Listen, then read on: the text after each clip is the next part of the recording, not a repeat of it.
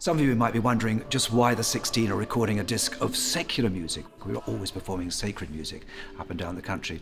But there are wonderful composers from the late 19th century, 20th, 21st century from the UK who wrote fabulous songs. Finzi, Quilter, Vaughan Williams, and so on.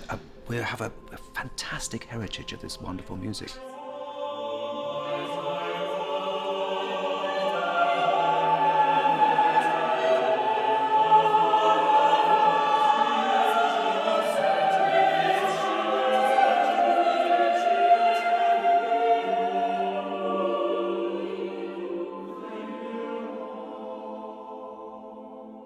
You know, we think of Benjamin Britten as the sort of as the greatest composer of the English language since Henry Purcell, but my goodness me, you have Gerald Finzi, you have Charles Stanford, you have Imogen Holst, and they are all wonderful.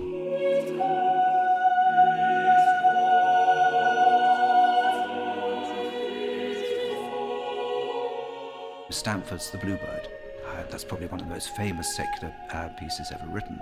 It's from a set of 8 partsongs. The poet is Mary Coleridge. Extraordinary poems. So there's a poem about a train, there's a poem about an inkwell, a poem about a witch, wonderful pastoral poems, and Stanford sets them beautifully.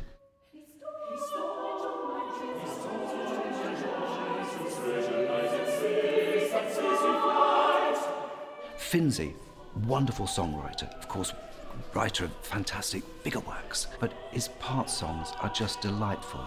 He does a whole set of poems, 7 poems by Robert Bridges. Now, Robert Bridges was actually a poet laureate for many years. Finzi is so meticulous in what he tells us to do, that the writing is delicate, and it looks on paper as if he's being very fussy, but what he's doing is he's really bringing to life the English language.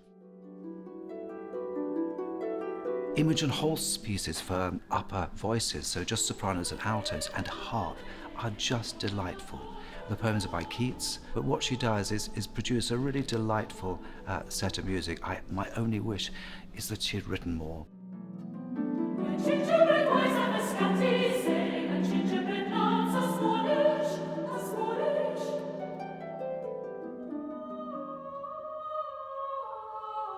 Elizabeth Maconchy, I came across her music when I was a student at Oxford, actually. I played the clarinet in her children's opera, King of the Golden River, I would think it was called. And her music has always fascinated me, and her Sirens Song it's very hard, but my goodness me, it's very evocative.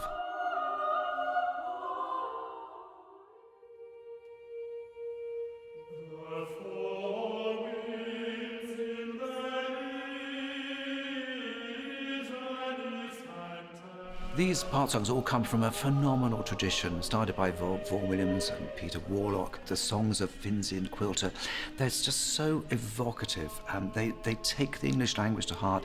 Our poetry, we mustn't forget the poets in all this. Some of the poetry that's written in English is just divine. It's soul-searching, it's ebullient, it's sad, and these composers just paint those words like a great artist with a fantastic paintbrush. Honestly, they are so gorgeous.